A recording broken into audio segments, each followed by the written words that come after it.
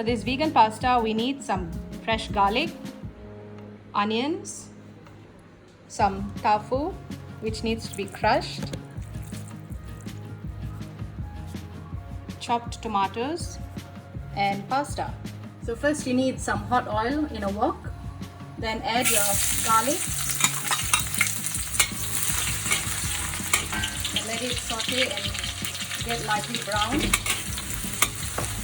When it gets to this stage, add your onions.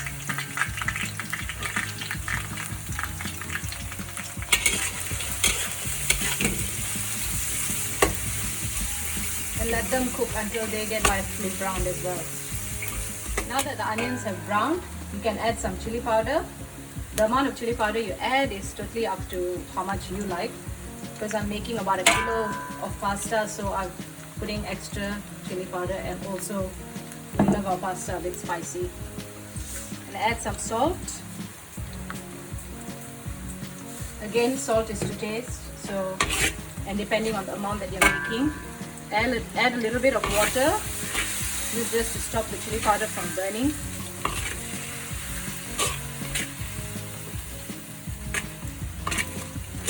And let that cook for a couple of minutes.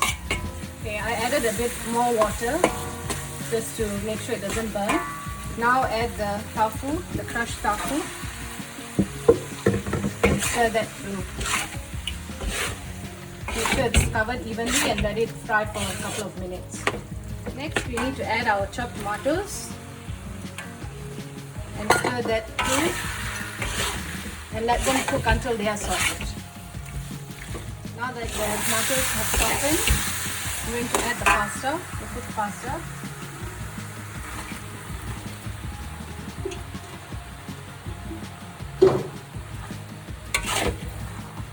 Cooked pasta, stir it through, check for salt, and your dish is done. Enjoy!